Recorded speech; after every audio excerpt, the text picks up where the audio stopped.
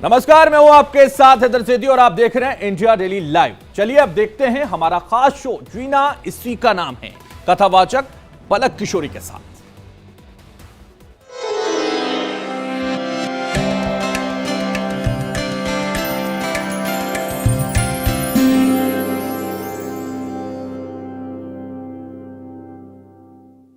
श्री राधे गोविंदा मन भजले हरि का प्यारा नाम है। श्री राधे गोविंदा मन भजले हरि का प्यारा नाम है। श्री राधे गोविंदा मन भजले हरि का प्यारा नाम है। श्री राधे गोविंदा मन भजले हरि का प्यारा नाम है। श्री राधे गोविंदा मन भजले हरि का प्यारा नाम है। राधे गोविंदा मन भजले हरि का प्यारा नाम है। श्री राधे गोविंदा मन भजले हरि का प्यारा नाम है।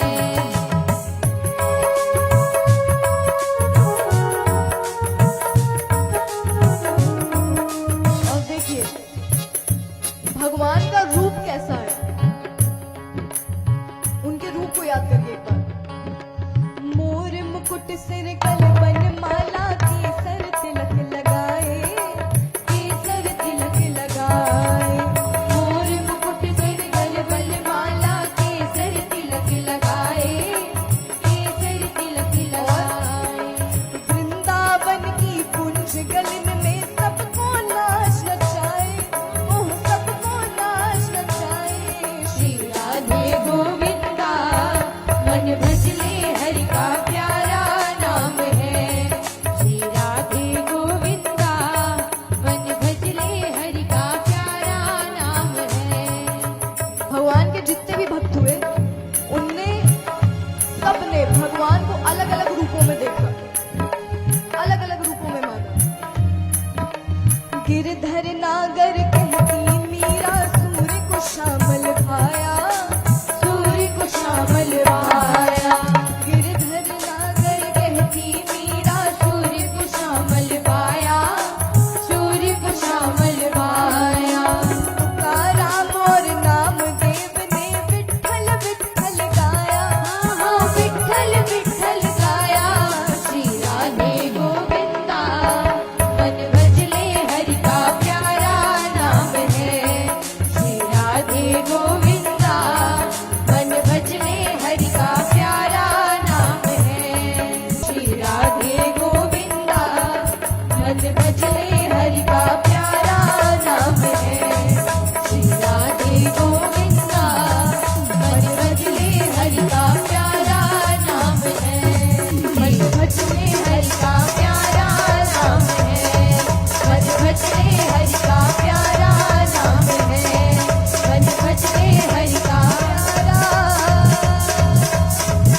नाम है।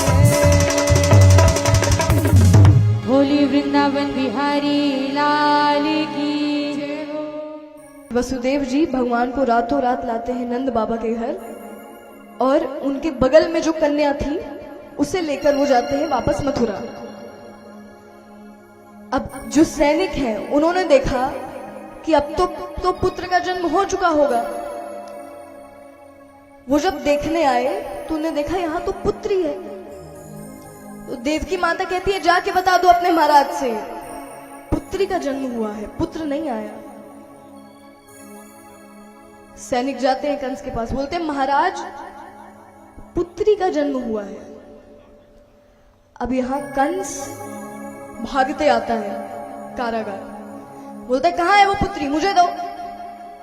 वसुदेव जी और देवकी माता कहते हैं तुम्हें पुत्री से क्या खतरा, वो थोड़ी ना मारेगी तुम्हें, और मान लो एक बार को अगर हम उसे शस्त्र विद्या सिखाएं तब तो तुम डरो भी, हम नहीं सिखाएंगे, हम उसे प्रेम करना सिखाएंगे, तुम्हें उससे क्या खतरा, उसे मत मारो।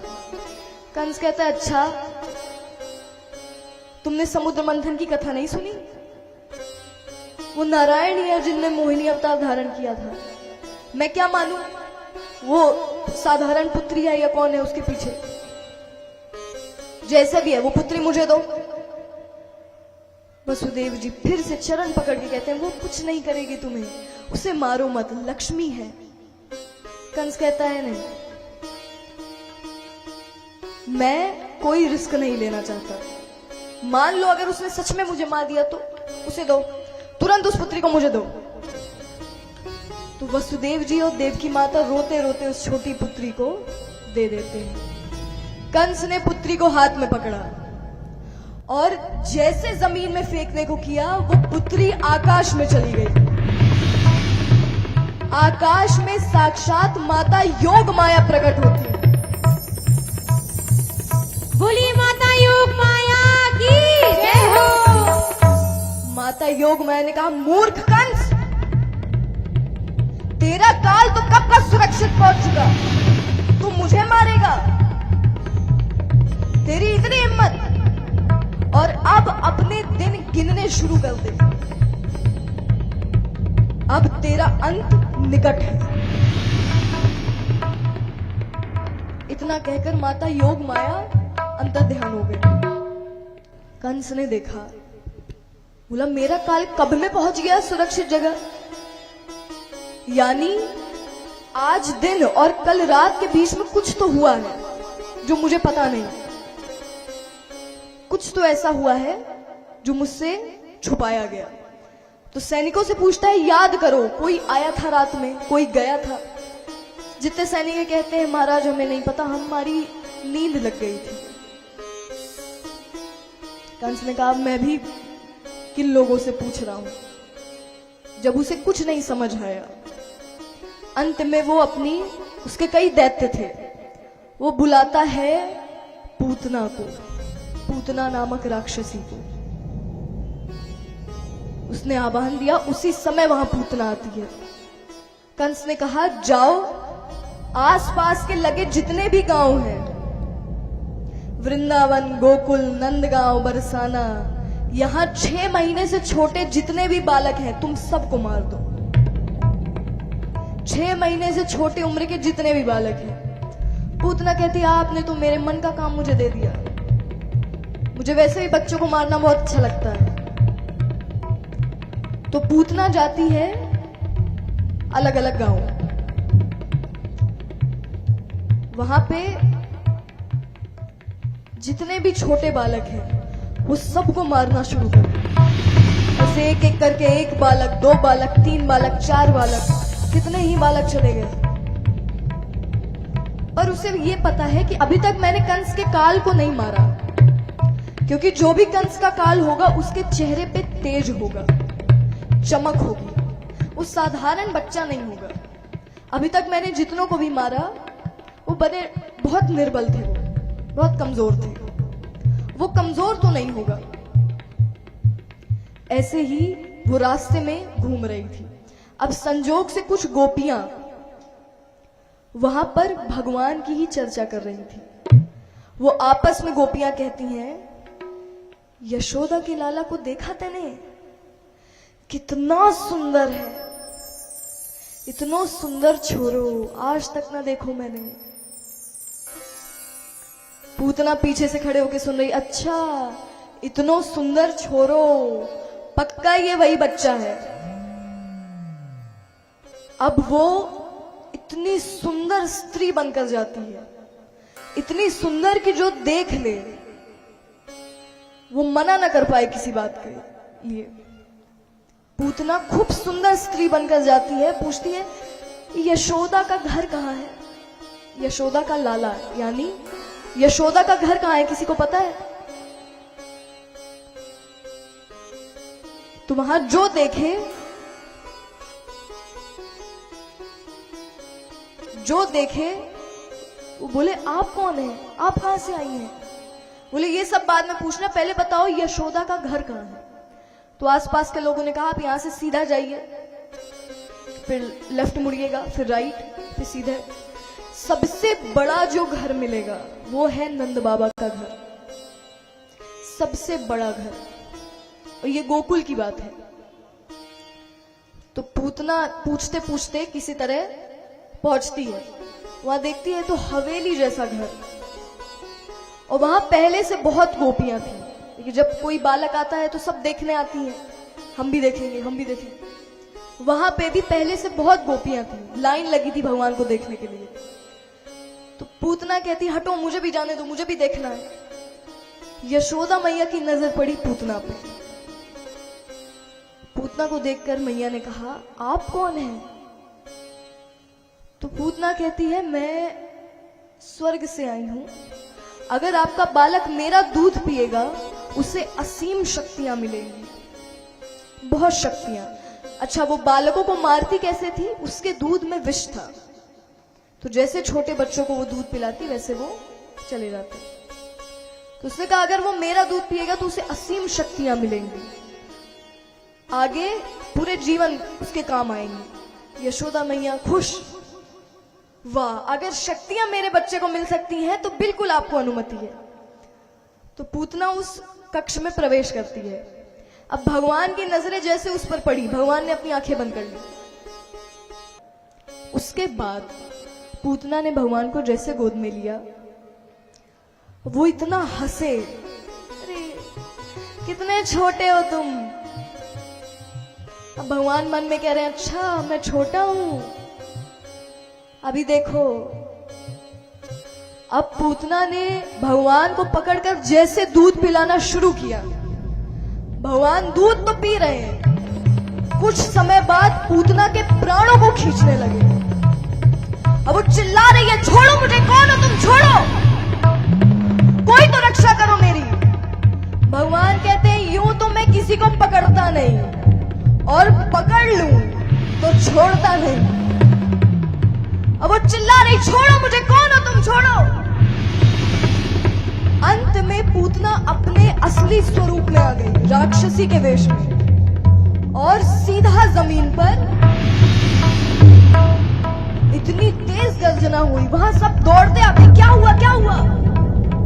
अब सबकी नजरें पड़ी तो इतनी बड़ी राक्षसी जमीन पर,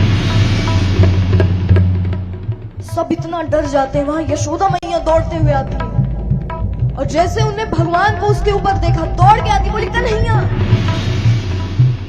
माफ करना, मैंने क्यों उसके हाथ में तुम्हें दे दिया, मेरी गलती है। भगवान मन में कह रहे मैया इतना क्यों डर रही हो, मेरे लिए डर रही हो। तो देखिए अभी बोलते तो बनता नहीं, अभी मन में बोल रहे हो। यशोदा मैया भगवान को हृदय से लगा लेती, बोलती अब मैं किसी की गोद में तुम्हें नहीं दूंगी, मेरी गलती थी। जब कंस को पता चला कि पूतना का वध हो गया तो उसने फिर भेजा सकटासुर को। सकटासुर पहुंचता है गोकुल सबसे पूछते हुए। सकटासुर ने देखा कि यहां बहुत भीड़ लगी है, उसने कहा ये बताओ यशोदा का या नंद बाबा का बेटा कौन है? मुझे सुनने में आ रहा है कि नंद बाबा यहाँ के मुखिया हैं। तो सबने इशारा करके बोला ये जो सकट के नीचे बालक छोटा सा है ना, यही है नंद बाबा का बेटा। अब दूर से संकटासुर भगवान को देखकर इतना हंस रहा है, तुमने पूतना को कैसे मार दिया, तुम तो इतने बड़े हो। खैर वो एक सर्प का वेश बनाकर उस सकट के अंदर चला जाता है। सकट के अंदर जब वो चला गया, उसी के अंदर से वो भगवान को देखता है, और भगवान को देखकर वो कहता है तुम कितने छोटे हो, तुमने पूतना को कैसे मारा? भगवान कहते अच्छा ज्यादा हंसो मत, अभी मैं तुमको भी बता रहा हूं कैसे मारा। तो भगवान ने एक पैर मारा, उसी समय वो सकट, पूरा सकट टूट जाता है, और टुकड़े जहां जहां गिरे वो किसी को दिख नहीं रहे।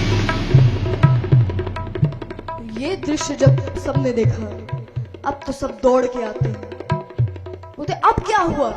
तो देखा जो सकट है उसके टुकड़े टुकड़े हो गए।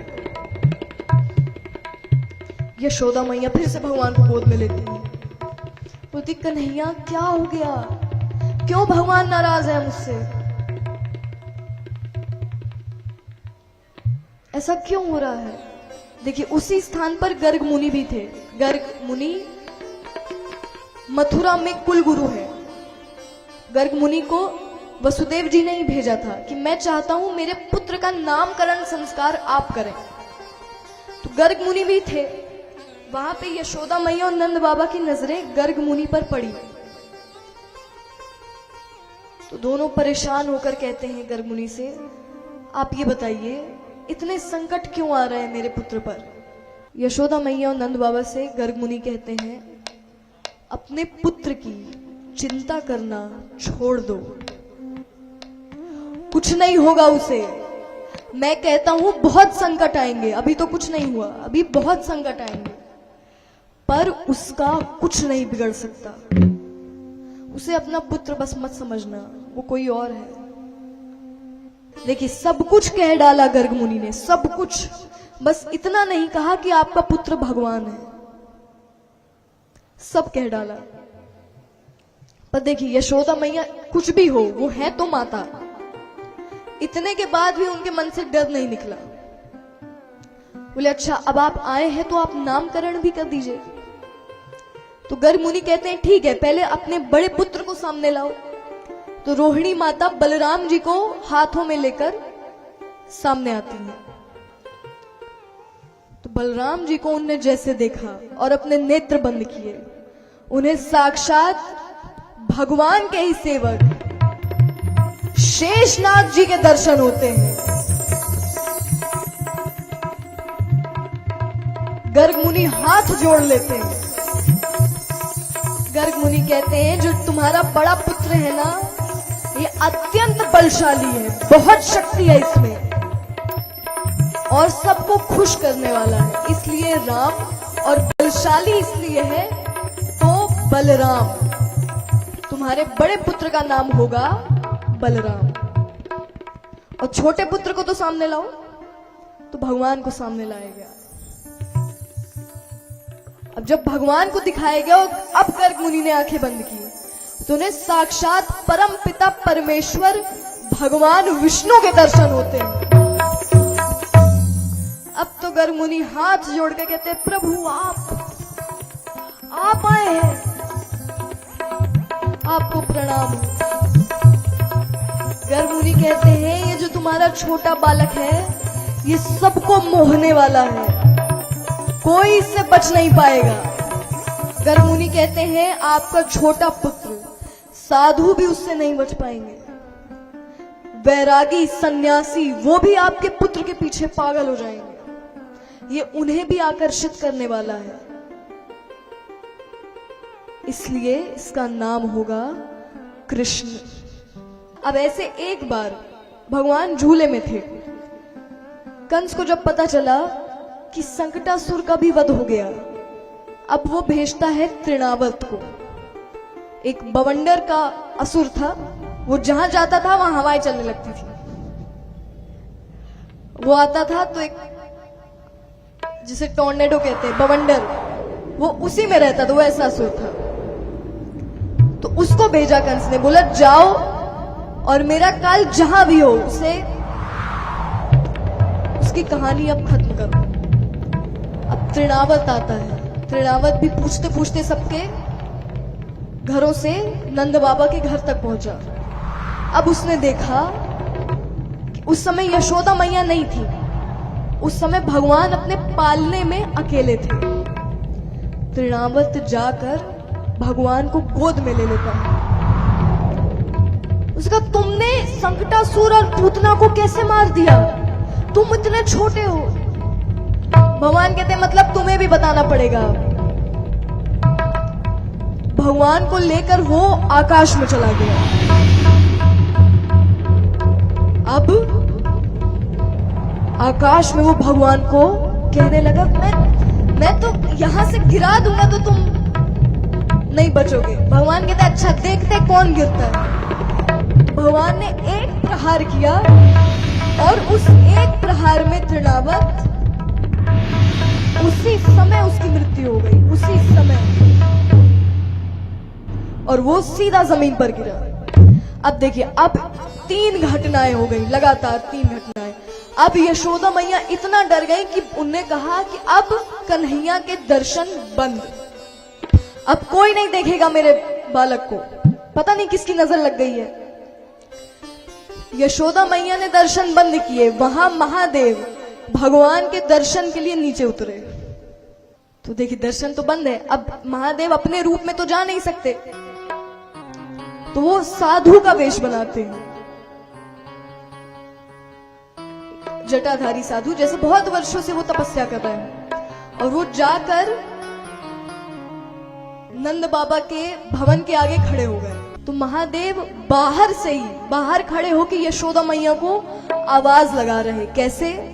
एक जोगी आयु रे तेरे द्वार, एक जोगी आयु रे तेरे द्वार, दिखा दे मुख लाल का, तेरे पलने में पालनहार, तेरे पलने में पालनहार, दिखा दे मुख लाल का।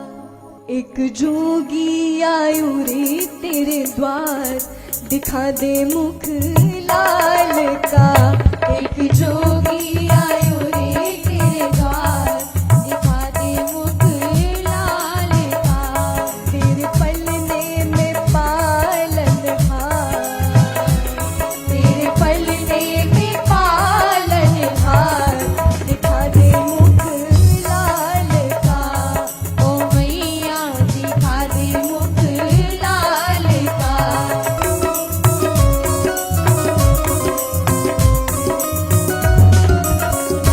अब देखिए इतना चिल्ला रहे महादेव बाहर से, आवाज पहुंचती है यशोदा मैया तक, आवाज पहुंचती है यशोदा मैया तक। अब यशोदा मैया इतना सुन चुकी, वो बाहर आती हैं, बोलती बताइए साधु महाराज क्या चाहिए आपको। बोलती है मुझे एक नजर सिर्फ उसे दिखा दो, अपने पुत्र की सिर्फ एक झलक दिखा दो, मैं देखकर चला जाऊंगा, मैं रुकूंगा भी नहीं थोड़ी देर। यशोदा मैया कहती है देखिए मेरे न दिखाने का कारण यह है कि मेरे पुत्र को किसी की नजर लग गई है, अब मैं आपको उसे दिखा दूं और मान लो इतने संकट उसके ऊपर आ रहे हो, एक दो और आने लगे फिर। महादेव कहते कौन कहता है मेरी नजर लगेगी, मेरी नजर नहीं लगेगी उसे, मुझे मना मत करो माई, मुझे देखने दो। यशोदा मैया कहती है आप एक कारण बताइए जो मैं आपको दिखा दूं। अब देखिए तो भगवान भी देख रहे हैं कि इतना संघर्ष चल रहा है, तो भगवान ने योग माया जी से कहा कि जाओ उनकी मदद करो। तो माता योग माया नंद भवन में ही एक संरक्षिका रहती थी, उनका रूप बनाकर माता योग माया आती है और बोलती है यशोदा इन्हें दर्शन के लिए मना मत करो, अरे मैं इन्हें जानती हूं, ये बहुत अच्छी नजर उतारते हैं, और जितनी भी नजर लगी होगी ना मान लो वो सभी उतार लेंगे, ये बहुत बड़े सन्यासी हैं। यशोदा मैया कहती है अच्छा तब तो मैं दिखा सकती हूँ। महादेव कहते हैं प्रभु मैंने आपको देख लिया ना, अब मुझे कुछ नहीं चाहिए। देखकर महादेव लौटने लगते हैं। माता कहती है अरे अब आपने देख लिया है तो कुछ दक्षिणा तो लेते जाइए। महादेव कहते हैं अब मुझे क्या दोगी, सब तो दे दिया। अब यशोदा मैया हाथ में लेकर खड़ी हैं, कितने ही हीरे जवाहरात उसमें रखे हैं, बोलते महाराज कुछ तो ले जाइए, खाली हाथ मेरे द्वार से मत जाइए। महादेव कहते हैं रख ले हीरे मोती तेरे, रख ले हीरे मोती तेरे, ये पत्थर किस काम के मेरे, ये पत्थर किस काम के मेरे, जोगी हो गया माला माल, जोगी हो गया माला माल, निरख मुख लाल का, मैं तो हो गया माला माल, निरख मुख लाल का, तेरे भरे रहेंगे भंडार, दिखा दे मुख लाल का। ओ मैया निरख मुख लाल का। अब देखिए अब वो लोग हाथ ऊपर करें जो खुश हैं। अभी महादेव बहुत खुश हैं, देखिए। अब यहाँ पे कौन कौन खुश है, तो हमें भी क्या कहना है?